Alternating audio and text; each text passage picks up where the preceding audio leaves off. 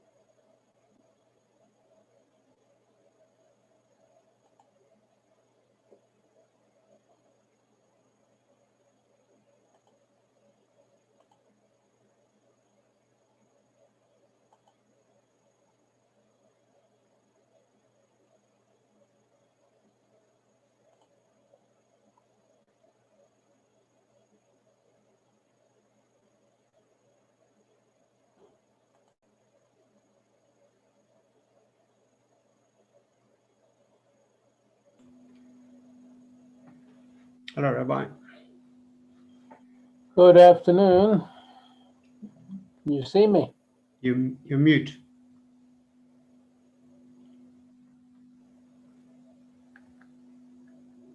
I can hear you now. I wasn't muted. No, Can you hear sorry. me? Yeah, I can. Yeah. For some reason, it didn't come through immediately. No problem. Are you well, Rabbi? Thank God and you. All good, thanks. Hello, Rabbi. Hello, Kent. Hello, hello, hello. There we go now. Hello, everybody. I lost the screen share. Hi. Hello, Ryan. Hello. Lost the screen share. Yes. We can see your screen, Rabbi, and hear you. You might just go to read it, though, Rabbi. Sorry. Ah, that's better. Can you see the text? Yes. Yeah.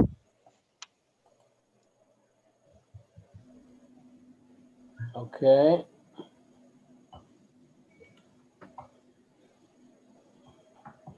All right, so we're going to begin. I assume some people are away, so there's less numbers these days.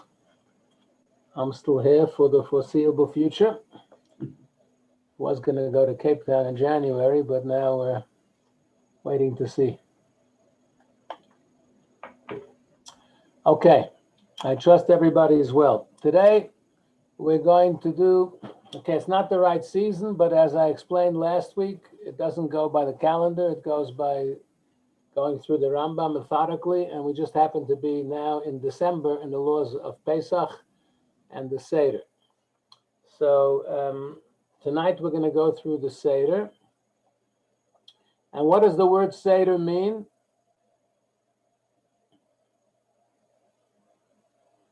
Please unmute yourself and answer my question. What does Order. the word Seder mean? Order. Thank you. Order. It's the order of the proceedings of the meal, or we could say the agenda. You know, in Israel, if you're attending a board meeting, they put out a piece of paper in front of each chair around the boardroom table. It doesn't say agenda, it says in Hebrew, Seder Hayom, the order of the day, or the agenda. So that's what Seder means. So today's shir is the Seder of the Seder.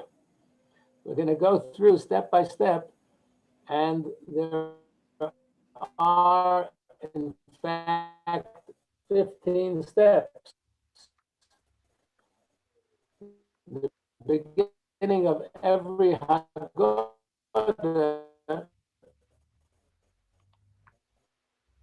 you have the whole list, Kadesh Urucha, course of the Seder night. And the first is, of course, Kadesh. And that is the first cup of wine will be the one we drink from Kiddush. So people should not just take a little sip from the one who makes Kiddush. Everybody should have their cup filled up, their own cup, glass, becher, whatever you're using. And when the person makes Kiddush, you say Amen, and everybody sits down and drinks their first cup. Then we wash our hands twice at the Seder. The first time without saying the bracha al natilat yadayim, and the second time we do. Here, the Rambam says we do say al natilat yadayim, but that's not our practice. So remember, the Rambam, some things the Rambam says are not practiced today. In our tradition, we do not say al natilat yadayim the first time. Why are we washing our hands now? We're not eating matzah now. We're about to dip the karpas in salt water. Karpas is parsley. Doesn't have to be parsley. It can be any vegetable. People use cucumbers. People use cooked potato or raw onion. Anything that is the bracha baret pri ha'adama, you dip it in the salt water. And halachically, strictly, when you eat something that's wet, like if you put your hands into a pickle jar and pull out a pickle, strictly speaking, if you are very, very super duper frum, you would wash your hands before you put your hands in there. I used to know some people who did that. As I say, it's only very, very frum people do that. But at the Seder, we're all on our frummest behavior. So at the Seder, we all do it. Before we dip the vegetable in the salt water, we wash our hands. The set table is brought on which maror, another vegetable, matzah, charoset, the body of the Paschal lamb in the days when the temple stood and you had a Paschal lamb, and the meat of the festive offering of the 14th of Pesach. That's the Korban Pesach, the Paschal lamb. At present, we bring two types of meat on the table, one in commemoration of the Paschal sacrifice and one in commemoration of the festive offering. Now, we today do not do a second piece of meat for the festive offering. Who knows what we have on our Seder plate for that festive offering? When a pilgrim came to Jerusalem, he wouldn't come empty-handed. You come to your host, you bring him chocolates or a bottle of wine or whiskey or whatever. Don't bring whiskey on Pesach, please. We brought an offering. So what do we have on our Seder plate to remind us of the festival offering? It's not meat today. Who knows what Egg. it is? Egg, boiled egg. The egg, very good. Strictly speaking, it could be any cooked item. Why do we choose an egg? Many reasons. Who knows some reasons why we use an egg? First day of Pesach falls on the same day as Tisha B'Av in that year. And It's so? kind of morning. Also, it's Morning. round, has no mouth. An egg is a round food which we feed the mourners. Also, we are very conscious of the absence of the temple because we don't have a Paschal lamb on Pesach. Other reasons, anybody? There's other reasons too. My favorite reason, well, I think the main reason is because an egg is the beginning of life. And Pesach is the beginning of life for the Jewish people. That's when we were born. So that's symbolized by the egg. But my favorite reason is because Jews are like eggs. The longer you cook us, the harder we get. The tougher we get. We are determined and persevere. Okay. Then we have the, again, Rambam has certain things that are different from the way we do it. Number two, he says we take the karpas and dip it in charoises. We dip it in salt water, which reminds of the tears of the Jewish slaves. And he says we eat a kazayas. We actually make sure to eat less than a kazayas. Otherwise, you have to make an after bracha then. So certain things are not like the Rambam. You'll soon see the 4 questions is also not. The majority of communities around the world don't use this sequence of the Rambam, which is different from most. The table is taken away from the person reciting the Haggadah alone. The second cup of wine is mixed. In those days, that very strong, potent wine, which had to be mixed with water, otherwise it wasn't drinkable. Today, we don't have to do that. We shouldn't do that. And here the son asks the Manishtana the 4 questions. What does it mean a table was taken away? So in those days, it was like in the Orient. They sat on couches and they had little tables in front of them. So when you had to recite the Haggadah, so you took the whole little table away.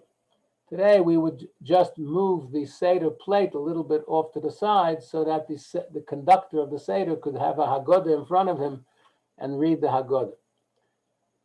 Look at the Manishtana in the Rambam's view.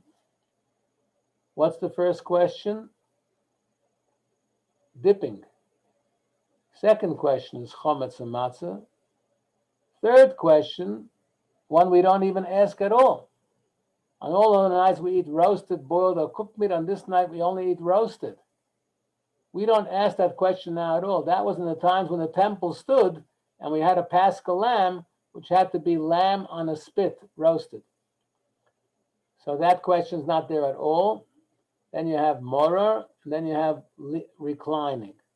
So what's different here from the way you do it? The 4 questions. You recognize a difference? So in most versions of the Haggadah, the first question is chometz and matzah. Second is morer. Third is dipping, and 4th is reclining. The Rambam has dipping as the first question. So that is apparently the minhag of the Sephardim. And by the way, also Chabad follows that custom. Most people do matzah morer first, morer, dipping, and reclining. And the 5th question about roasted meat is not asked at all these days by anybody, only when the temple stood and we had the Paschal lamb. As he says now, number 3, today we don't have that. That's what he says. Then we begin the Haggadah. We begin by describing our people's base origins, our lowly state. And then we work our way up to redemption. The lowly state began before we were slaves in Egypt, even in the times of Lavan, Yaakov's father-in-law, who gave him a hard time. And we speak about Lavan, the Aramean. He was from Aram. He's an Aramean who sought to destroy my father. Okay, now, the table is returned. He speaks about the Korban Pesach. We do say this, but not at this point. We say it later. So he lifts up the meat and says, this is the Paschal lamb. Then he lifts up the morer and says, this is the morer that reminds us of the bitterness of Egypt. Then the matzah. This is the dough that we couldn't wait for the dough to rise. We were in a rush to leave. Now, in our versions, we do it somewhat differently. He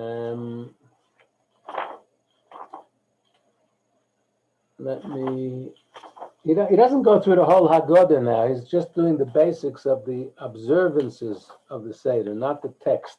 Next chapter, tomorrow, you're going to go through the whole text of the Haggadah.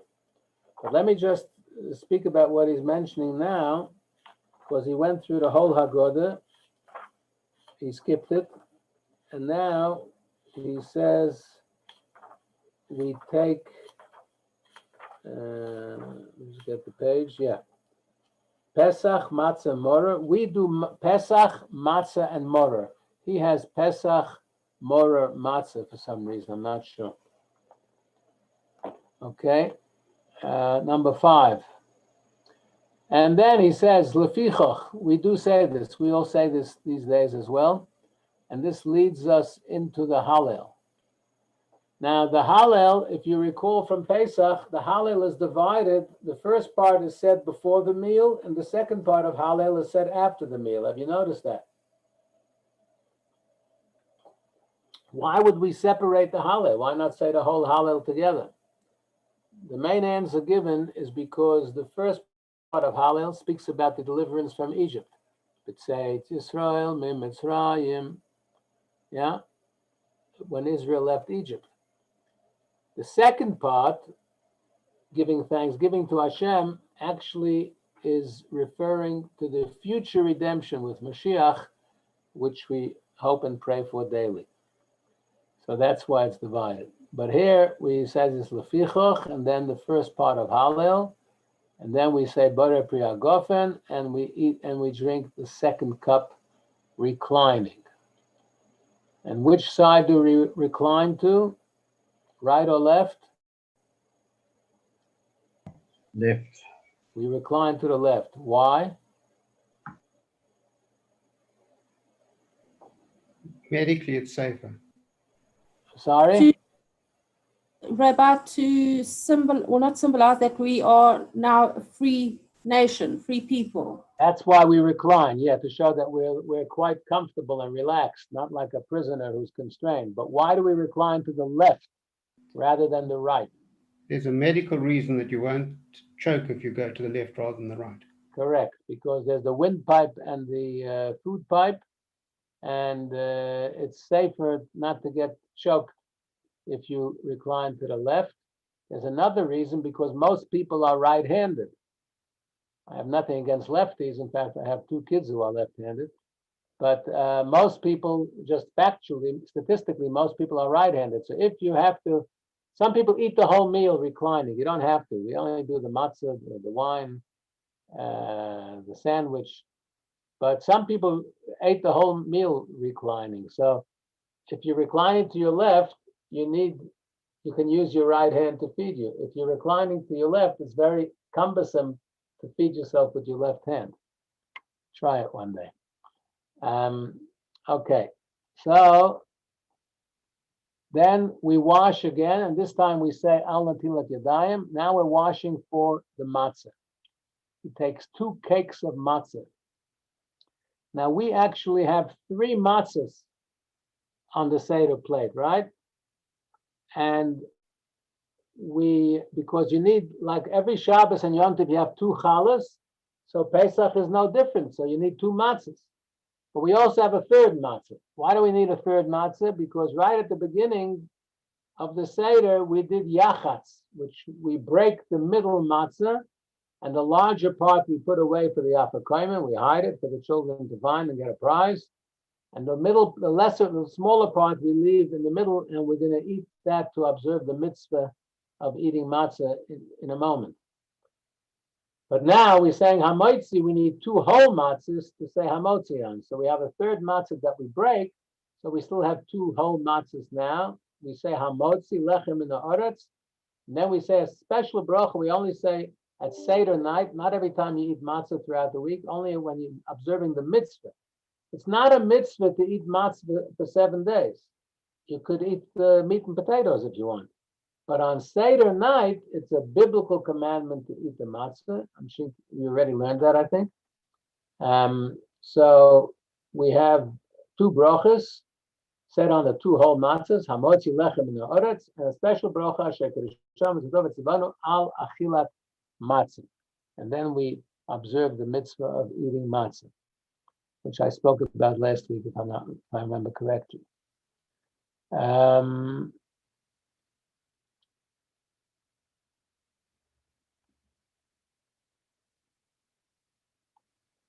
The broken loaf is for the bread of poverty.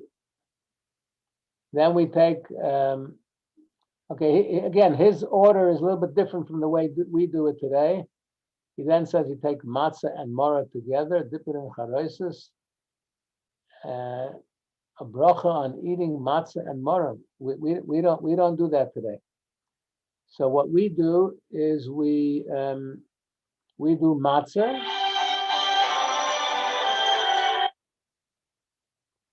Sorry about that. We do matzah, and then we do mora, and then we do the sandwich, yachad, the sandwich of koirech, of matzah and mora together. But the Rambam also gave the laws for the time when the temple stood. So he brings here about the Pesach sacrifice. So in number 7, he has a bracha al achilat zevach, for eating the meat of the sacrifice. And then another bracha for eating the meat of the Paschal lamb, neither of which we have today, so we don't do either of those today. So we do matzah, then mora, we dip the mora in charoises. Matzah is a biblical commandment, mora is a rabbinic commandment. We shouldn't put in too much charoises to take away the bitterness. They might sweeten the mora, it's got to be bitter. You know, I don't know if I shared this with you last time, when my father, Olav Hashem, when I was a kid, at my father's Seder table, if I complained about the mora being very bitter, I did not get any sympathy. He would always say, the Jews in Egypt had it worse, just eat. And in fact, he told us that he was present at the previous Rebbe's Seder once.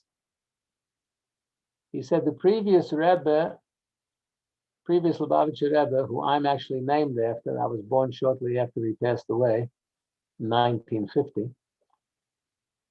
He observed the mitzvah of Morah, eating not grated horseradish, eating the root. He had the whole root, the solid piece of horseradish, which he chewed and ate. My father said it was excruciating to watch him. Tears were streaming down his face. His face was red like a beetroot from this experience.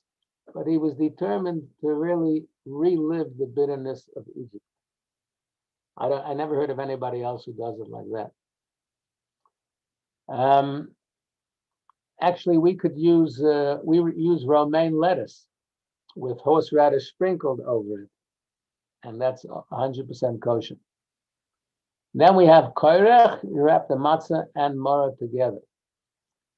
9, then you have, once you've done all the mitzvahs, the matzah, the morah, the sandwich, or both, then you can make yourself comfortable and enjoy the festive meal.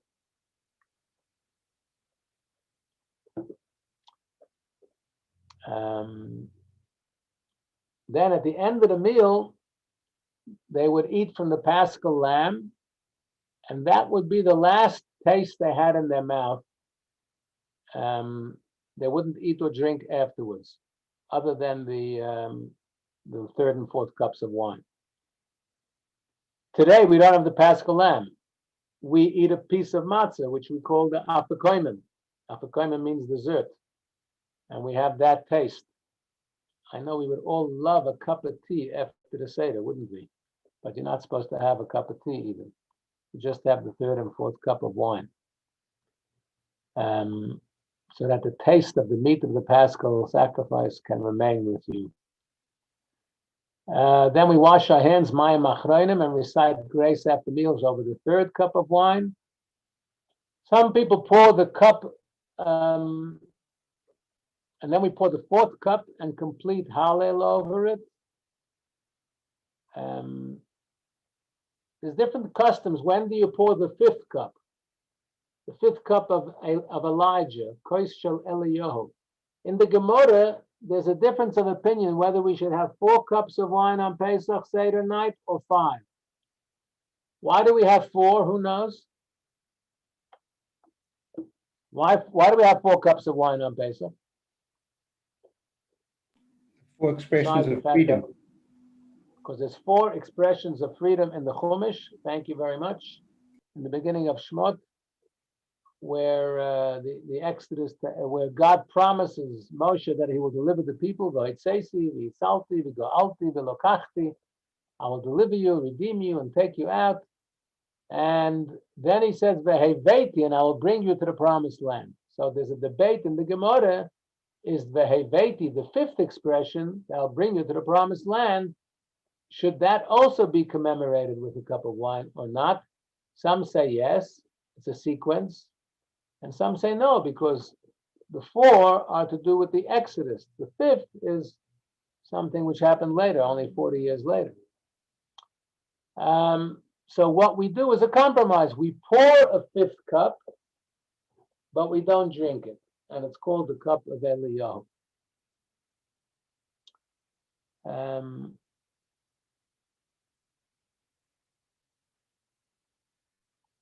Now, do you know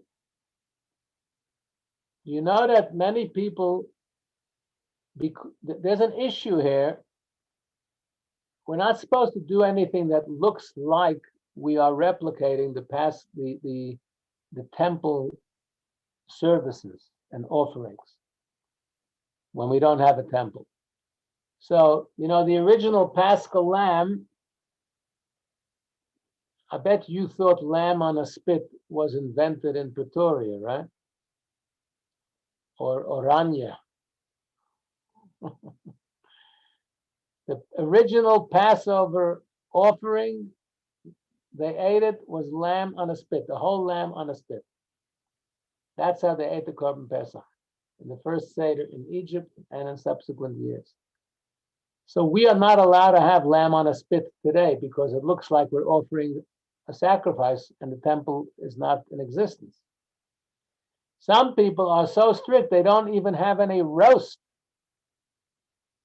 They'll have cooked chicken or cooked meat or whatever, but they won't have a roast on Seder night because it shouldn't look like a roast lamb.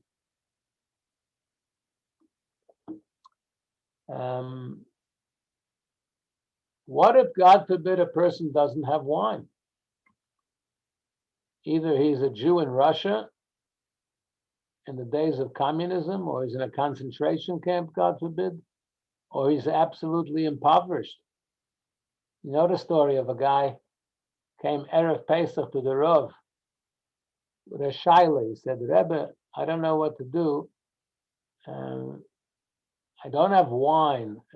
May I observe the mitzvah of the 4 cups on milk? So the Rav was a very wise man. So he said, listen, that's a very complicated halachic question. It's Erev Pesach. It's a very busy day. I don't have time to go into my library and study and research this shaila. Opens his drawer, takes out a few $100. He says, here, go buy wine, go buy meat, go buy whatever you need. And we can talk after Pesach about your question. The Rebbitzin says, what was that all about? He says, if he's asking me if he can drink milk, obviously he doesn't have meat or chicken.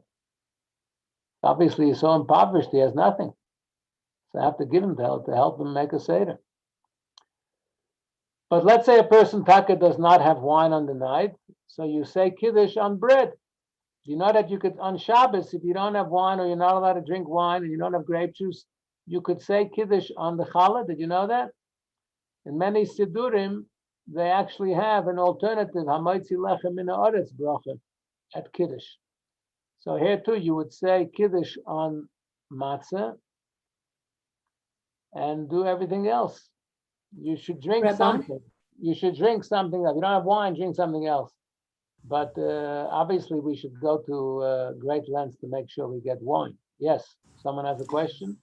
Yeah, I just want to say it was actually Zizi that told me that just recently. I wasn't aware of it, but Zizi told me, so that's very interesting. Zizi told you what? That we can make the Kiddush with the challah. Uh-huh. Okay, so there are people who are recovering alcoholics and they dare not drink any alcohol. So generally we advise them to drink grape juice. But if people have no health problems or alcohol problems, I must tell you that wine is halachically much more preferable than grape juice. So I always recommend to people practically to get one of those low alcohol wines. Today you can get 5% alcohol and you have a small cup. You only need about 100 milliliters. Doesn't have to be a giant goblet. 100 milliliters is quite a small becher or cup or glass. A small wine glass will be more than 100 mils. And you have 4 glasses of a small glass of 5% alcohol. I promise you, you'll be 100% compass mentis at the end of the Seder. If you have a health issue, then grape juice. If you can't get wine or grape juice, that's a serious shaila. Okay, now if a person doesn't have other vegetables, if you don't have the parsley, so he would say, he's saying use the maror instead. 13, if you have only one single kizayat of shmura matzah. So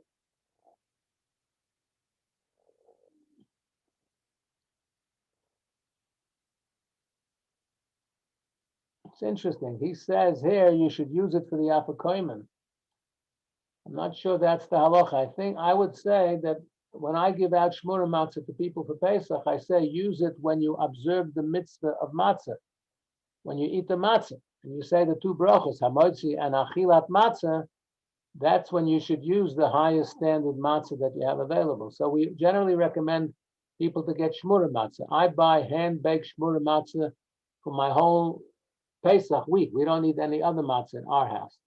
At the least, I suggest to people for the Seder night, you should get shmura matzah. Or at least the machine-made shmura matzah, preferably the handmade. But at the very least, for when you observe the mitzvah. So we should try and get the highest standard of matzah, at least for when we observe the mitzvah. 14, be honest with you, person fell asleep in the middle of the meal and then woke up, does not begin to eat again. However, if some members of a company slept in the middle of the day, may eat again because the meal is still going with the other people. If they all fell into a sound slumber and then awoke, they should not eat. If they all merely doesn't it. I'm not sure. I think the issue here is that if you have a proper shloch in the middle of your meal, you sort of stop the meal. That's the end of the meal. So to go start again, you would have to go vas and all that all over again. I have a friend who regularly, every Friday night, he falls asleep at his Shabbos table. He obviously works very hard. Okay, we've made a very good time, exactly a half hour. How's that? Any questions? Come on, man. Pesach is a time for questions. Gee, I All answered good, all the all good. questions. You're all good, or you're all muted? What's going on here? All good. Thank you. I'll My probably have, kingdom for a question. Yeah, thank you, Rabbi. I'll have Okay. questions closer to the time. Thank you, Rabbi. Okay. You're very Thanks, welcome. Rabbi. Have a great day. Have a great week. Sei gesund. Cheers, everyone. Thanks. Bye, I'm still everyone. here Bye, next thank week you, if Rabbi. you are. Remember, even if you're going away, wherever you are, you can always zoom into the shir, even if you're on holiday. Okay. Wonderful. Cheerio. Thanks. Bye. Yeah. Bye. Mhm.